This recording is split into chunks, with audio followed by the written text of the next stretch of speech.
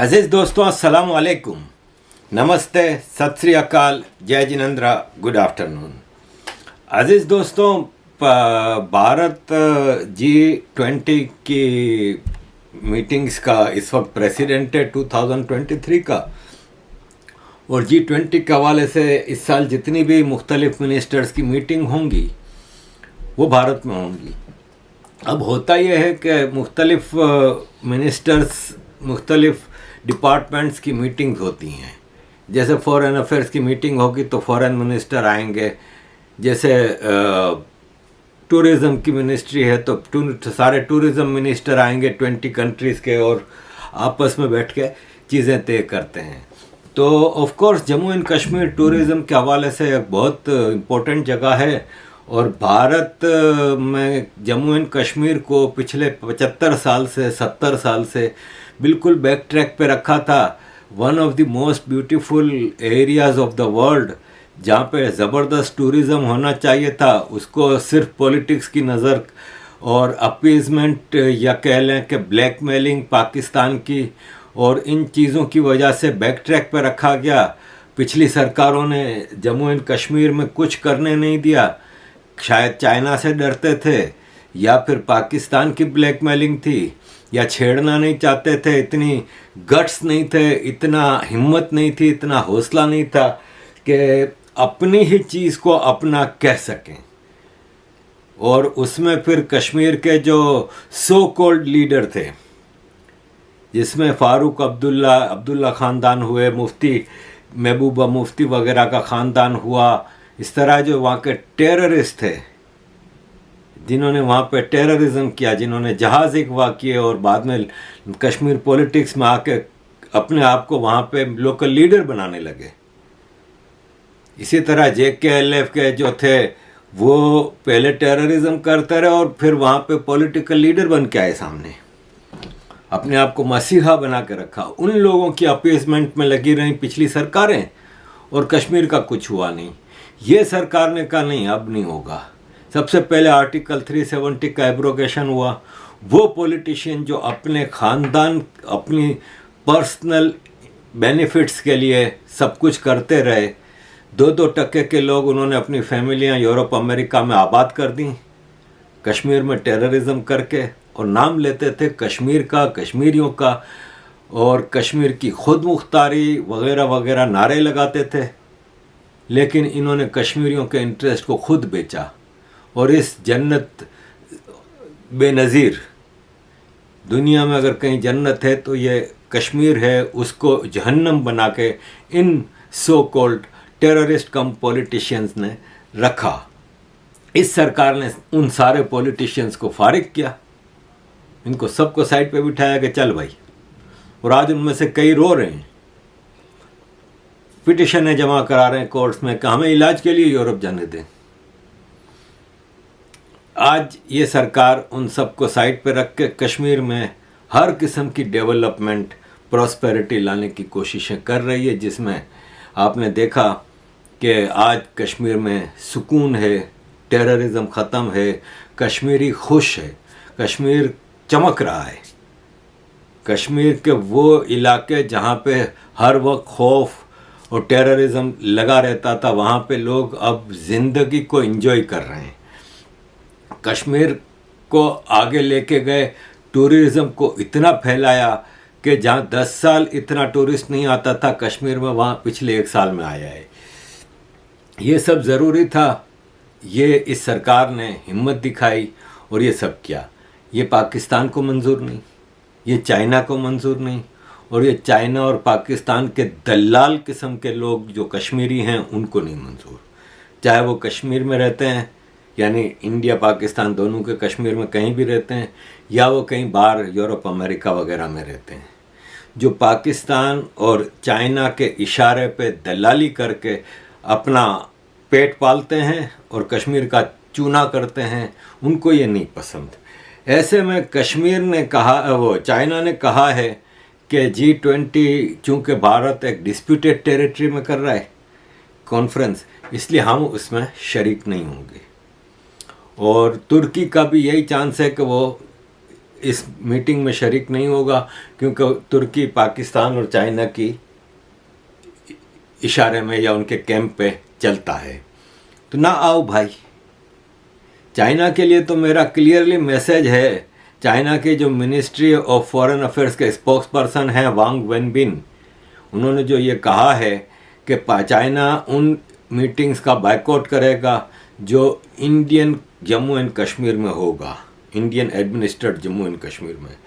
तो भाई साहब मैं आपको ये बता दूं वांग साहब, क्या यहाँ तो एक मीटिंग हो रही है, वहाँ आपने गिलगित बल्तिस्तान और पीओके जो कि पाकिस्तान नाजायज़ कब्जा करके बैठा है, वहाँ पे आपने पूरे पूरे रोड गुजार दिए, सीपैक बना दिए, पूरा ट्रांसपोर्ट का एक सिस्टम कर दिया चालू। वहाँ लोकल लोगों का इतना कारोबार, इतना बिजनेस, इतना काम नहीं है जितना तुम्हारे चाइना के लोग कर रहे हैं एक इलीगली ऑक्यूपाइड लैंड में, और तुम यहाँ पे ये ड्रामे कर रहे हो। बेहतर ये होगा कि अक्साई चीन को भारत के हवाले करो और चुपचाप भारत की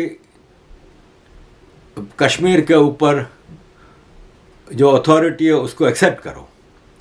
तो अजीज़ दोस्तों, भारत की इंटेलिजेंस रिपोर्ट्स ने ये भी खबर निकाली है कि पाकिस्तान मुख्तलिफ तरीक़ों से इस टूरिज़म की जो G20 की मीटिंग्स हैं उसको नाकाम बनाने की कोशिशें कर रहा है।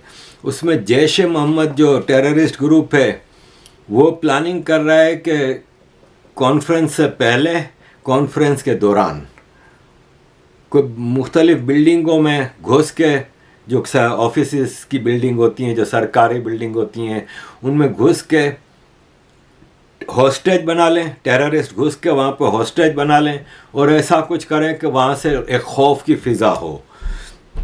इसी तरह टेररिज्म के मुख्तलिफ प्लानिंग हैं ताकि वो लोग बाइकआउट करें, लोग उधर आए नहीं मीटिंग में, और सारे मुल्क कहें कि नहीं इधर मीटिंग ना रखो।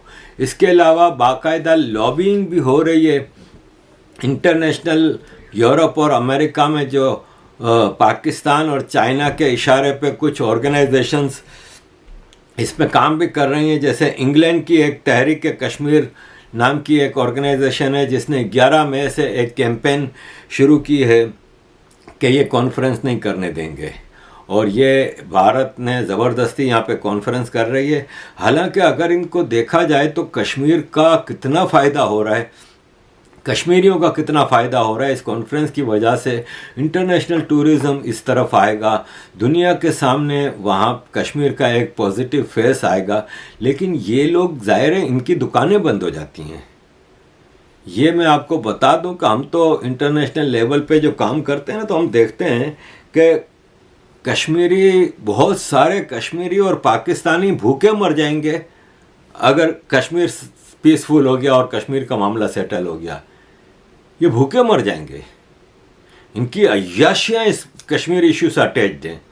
ये कश्मीर बेच के अपने बच्चों को पालते हैं। हम तो इनमें से कई लोगों को पर्सनली जानते हैं जो इस्लामाबाद से आते हैं और ये सब। तो अजीज़ दोस्तों, ये एक कोशिश है पाकिस्तान की तरफ से कि किसी तरह इस कॉन्फ्रेंस को नाकाम बनाया जाए। इसके लिए मुख्तलिफ हथकंडे किए जा रहे हैं, लेकिन आफ्टर ऑल ये नाकाम होंगे। अब जैसे ये एक अरब इन्फ्लुएंसर हैं अमजद ताहा, जिनके 500,000 ट्विटर पर फॉलो हो रहे हैं, उन्होंने अभी एक वीडियो डाली और उन्होंने कहा कि मैं इस इलाके में घूम रहा हूँ और ये इतना खूबसूरत इलाका, ना तो ये स्विट्ज़रलैंड है ना ये ऑस्ट्रिया है, अरे ये तो कश्मीर है जहाँ पे G20 की मीटिंग होने वाली है, और ये एक अरब है, पाकिस्तान के स्टैंड को नहीं खरीद रही है, ये एक न्यूट्रल पोजीशन दिखा रहे हैं। इसी तरह अमेरिका में रहने वाले एक कश्मीरी हैं, वो कह रहे हैं कि as a Kashmiri Hindu American I am thrilled that India will be holding a G20 meeting in Srinagar, the city where my dad was born and grew up as a boy. Now, if only Kashmiri Hindus could feel safe living in their indigenous homeland, all would be well. तो अजीज दोस्तों, ये G20 की कश्मीर में होने वाली meeting के हवाले से मेरा पॉइंट था। यहाँ पे खबर भी आपके साथ शेयर करूँ कि जम्मू एंड कश्मीर की पुलिस ने 2 टेररिस्ट पकड़े हैं, ज़हूर भट्ट बातामालू के और जावेद भट्ट नातीपुरा के। ये दोनों ने मीर वाइस फारूक को कत्ल किया था। ये आज जो मीर वाइस उमर फारूक है, इनके फादर को 30 साल पहले कत्ल किया था। आज इनको सीबीआई के हवाले किया गया है, जम्मू कश्मीर की पुलिस ने पकड़ के। ये नेपाल और पाकिस्तान में छुपे हुए थे 1990 से, जब से इन्होंने कत्ल किया था, और अब ये पकड़े गए हैं। और आज जम्मू कश्मीर में चीज़ें खुल के सामने आ रही हैं कि किस तरह पाकिस्तान ने ये सब टेररिज्म की वहाँ पे दुकानें चमकाई थीं। अजीज़ दोस्तों, आगे बढ़ते हैं। भारत के प्रधानमंत्री श्री नरेंद्र मोदी जी 3 देशों के ट्रिप पे निकले और सबसे पहले जापान पहुँचे, और जापान के बाद अब वो पापुआ न्यू गिनी पहुँचे हैं। और 3 मुल्कों का ट्रिप है जिसमें 40 इनकी मीटिंग्स और इंगेजमेंट्स हैं। 12 वर्ल्ड लीडर के साथ मिलेंगे। ये 3-4 दिन में ये सब कर जाएंगे। हमारे एक प्रधानमंत्री पाकिस्तान के हैं जो कहीं जाते हैं तो हफ्ता चिपक के बैठ जाते हैं और एक काम की मीटिंग नहीं करते, बस भीख मांगने की मीटिंग कर लेते हैं, बस दैट्स इट। श्री नरेंद्र मोदी जी जब पापुआ न्यू गिनी पहुँचे कल, तो पापुआ न्यू गिनी के प्राइम मिनिस्टर ने श्री नरेंद्र मोदी जी के चरण छू के आशीर्वाद लिया।